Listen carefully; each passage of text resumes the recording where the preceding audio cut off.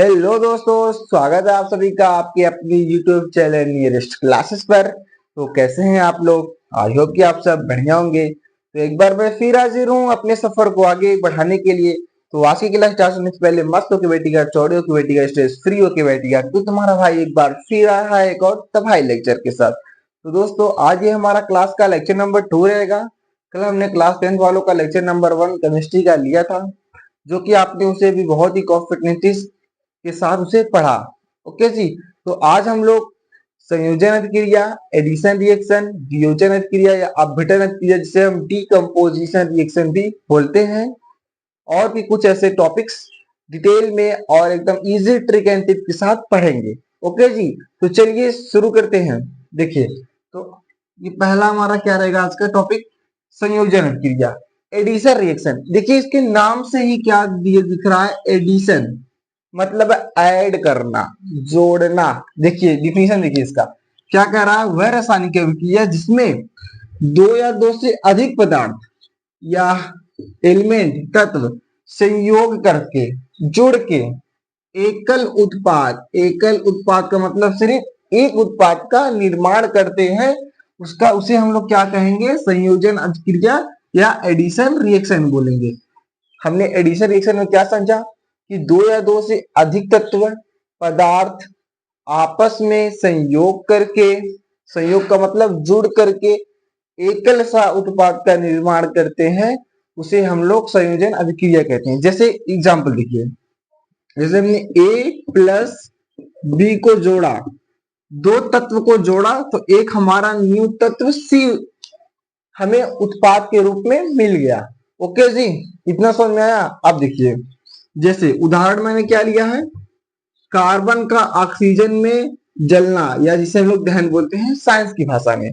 तो देखिए, सबसे पहले हमने कार्बन ले लिया प्लस ऑक्सीजन O2 ले लिया, तो ये जुड़कर इसको हमने दो, देखिए दो तत्व आपस में संयोग करके एक एकल उत्पाद का निर्माण करते हैं, एकल उत्पाद का निर्माण करते हैं। इससे कार्बन और O2 मिलकर क्या बन गया, CO2।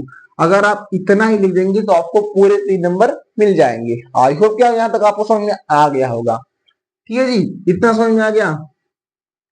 संयोजन क्रिया। अब देखिए, वियोजन क्रिया जिसे अपघटन, अपघटन का मतलब समझ ही रहे हैं, कुछ ना कुछ तो इसमें कम होगा, घटित होगा, टूटेगा, और वो भी बाहरी प्रेशर के द्वारा। इसमें क्या रहता है कि बाहरी दबाव के कारण ये टूटता है, और इसकी सबसे मुख्य बात यह है कि ये क्रिया जो होती है या उष्मा देने पर, प्रकाश के कारण, विद्युत के द्वारा ही होता है। देखिए इसमें दिया है, ऐसे पदार्थ जब किसी बाहरी पदार्थ के कारण, देखिए बाहरी पदार्थ के कारण टूट जाता है, तो दो या दो से अधिक पदार्थों का निर्माण करते हैं। जब ऐसे पदार्थ, जब कोई बाहरी प्रभाव के कारण वह टूट जाता है, तो वह दो या दो से अधिक पदार्थों का निर्माण करते हैं, तो वह अभिक्रिया को क्या बोलते हैं, अपघटन अभिक्रिया भी बोलते हैं, जिसे हम लोग इसे डीकम्पोजिशन रिएक्शन भी बोलते हैं। तो ये इसमें क्या कह रहा है कि ऐसे पदार्थ जब किसी बाहरी प्रभाव के कारण, बाहरी प्रभाव के कारण वह टूट जाता है, तो उससे जो है कि क्या होता है, हमारा टूट जाता, तो वह अभिक्रिया को क्या बोलते हैं, अपघटन अभिक्रिया बोलते हैं। लेकिन इसमें कंडीशन क्या है, ये देखिए, यह अभिक्रिया प्रकाश, विद्युत या उष्मा द्वारा ही होती है। मतलब या तो इस पे हम प्रकाश डालेंगे, या तो उस पे हम विद्युत देंगे, या तो उस पे हम क्या करेंगे, उष्मा देंगे, तभी ये रिएक्शन होगा, अन्यथा नहीं होगा। जैसे देखिए, हमने अभिकारक लिया, मतलब जो एलिमेंट को रिएक्ट करते हैं, फिर उस पे कोई बाहरी दबाव पड़ा इस पे, फिर ये उत्पाद प्लस उत्पाद बनाया, मतलब कुछ प्रोडक्ट बनाया। ओके जी। जैसे देखिए, जैसे मैं इरेज कर देता हूं, अब उदाहरण देखिए। जैसे का मतलब मैं ये डेमो देता हूं, ना कि एग्जांपल देता हूं। अब देखिए उदाहरण, देखिए CaCO3 कैल्शियम कार्बोनेट पर हमने क्या दिया, इस पे उष्मा दिया। ये हमारा क्या है, बाहरी प्रभाव। बाहरी प्रभाव। तो ये किस पे टूटता है, ये बनाता है CaO calcium oxide plus CO2 carbon dioxide बनाता है। तो क्या हो गया, ये जो हमारा ये हमारा कैल्शियम कार्बोनेट है, calcium carbonate carbonate.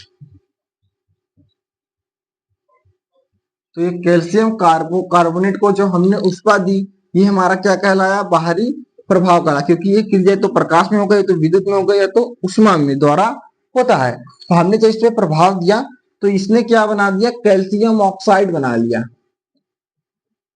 Calcium oxide.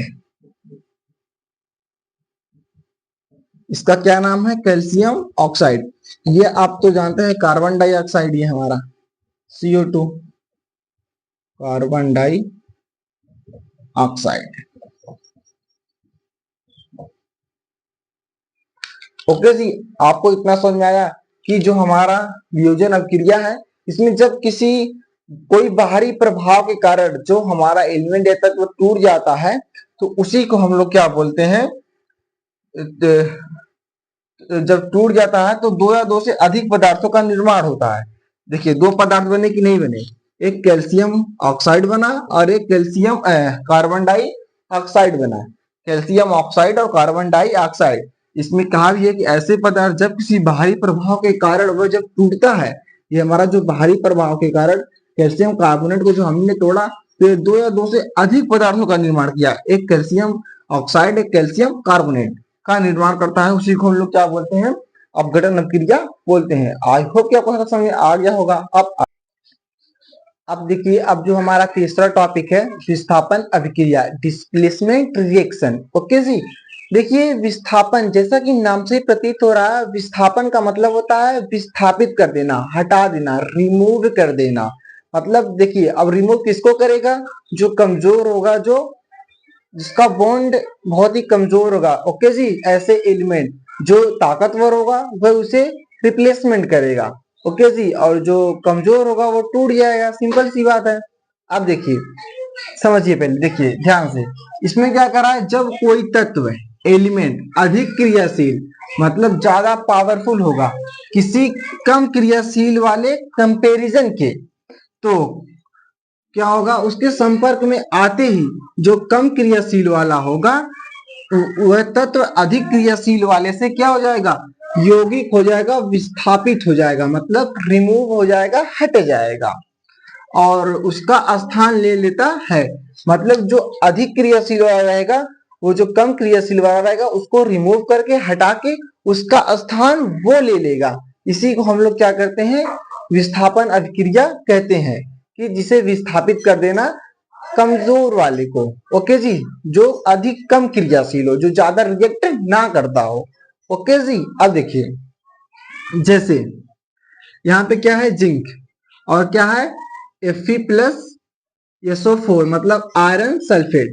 ये हमारा आयरन लोहा हो गया, और ये हमारा जिंक हो गया। देखिए, ये हमारा जो जिंक क्या है, ये अधिक क्रियाशील है। क्या है, अधिक क्रियाशील।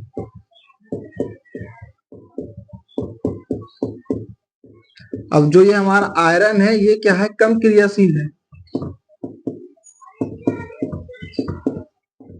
अब देखिए, अब होगा क्या, देखिए ये वाला जिंक जो है, अब देखिए जिंक तो ज्यादा ताकतवर है कंपेरिजन टू आयरन के। ओके जी, मैं इसे मॉडर्न पीरियोडिक टेबल में जब अच्छे से डिटेल में इसे बताऊंगा, बेसिक क्लास लेकर उसमें सारा आपको डिटेल में बताऊंगा कि कौन अधिक क्रियाशील है, कौन कम क्रियाशील है, कैसे ये निकलता है, कैसे ये पता चलता है कि कम क्रियाशील है या ज्यादा क्रियाशील है। ओके जी, आप लोग उस टॉपिक का, उस क्लास का वेट कीजिएगा। अब देखिए, तो जो हमारा जिंक है, ये क्या है, ज्यादा क्रियाशील है, और किसके कंपेरिजन में, आयरन के कंपेरिजन में। तो ये इसे क्या करेगा, इसके स्थान को ये ले लेगा। देखिए यहाँ पे क्या होगा, तो क्या हो जाएगा, ZnSO4 प्लस ये जो हमारा Fe था, ये क्या हो जाएगा, बाहर निकल जाएगा। मतलब जो हमारा, इससे क्या पता चलता है कि ये जो हमारा है, ये आयरन, ये कम क्रियाशील था, इसीलिए ये इसको क्या कर दिया, रिमूव कर दिया। कौन रिमूव किया, जिंक किया, क्योंकि ये क्या था, ज्यादा ताकतवर था, ज्यादा रिएक्टिव था। ये अपने एलिमेंट के संपर्क में आते ही तुरंत एक्टिव हो जाता है, सक्रिय हो जाता है, इसका क्रियाशीलता ज्यादा है, ये कम समय में ज्यादा क्रिया कर लेता है। ओके जी, रिएक्ट ज्यादा कर लेता है, कंपेरिजन किसके, आयरन के। तो ये इसको क्या कर दिया, इसको रिमूव कर देता है और हमारा ZnSO4 प्लस Fe बन जाता है।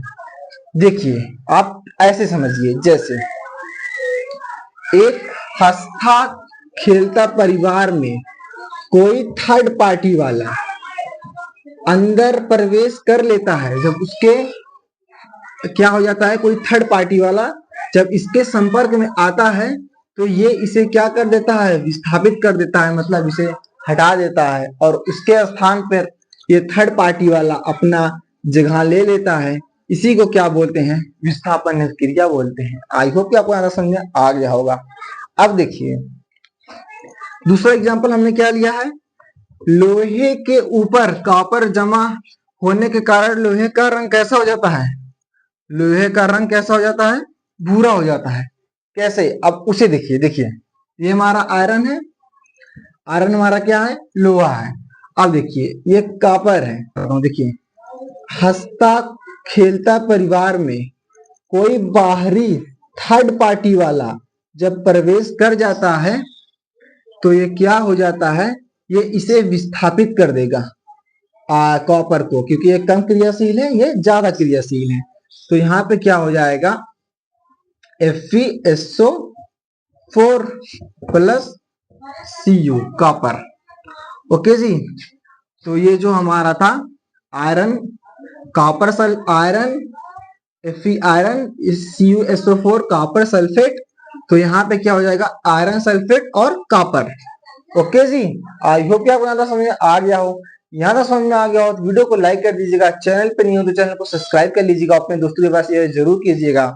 तो आज के लिए इतना ही, तो कल मिलते हैं, बस 2-3 टॉपिक इस चैप्टर का और बचा है, उसे भी एकदम खतरनाक और तबाही लेक्चर के साथ कंप्लीट करते हैं। तब तक कल के लिए मस्त होके बैठिएगा, चौड़े होके बैठिएगा, स्टेज फ्री होके बैठिएगा, क्योंकि तुम्हारा भाई कल फिर आएगा एक और तबाही लेक्चर। तब तक के लिए अपना ख्याल रखिए, थैंक यू।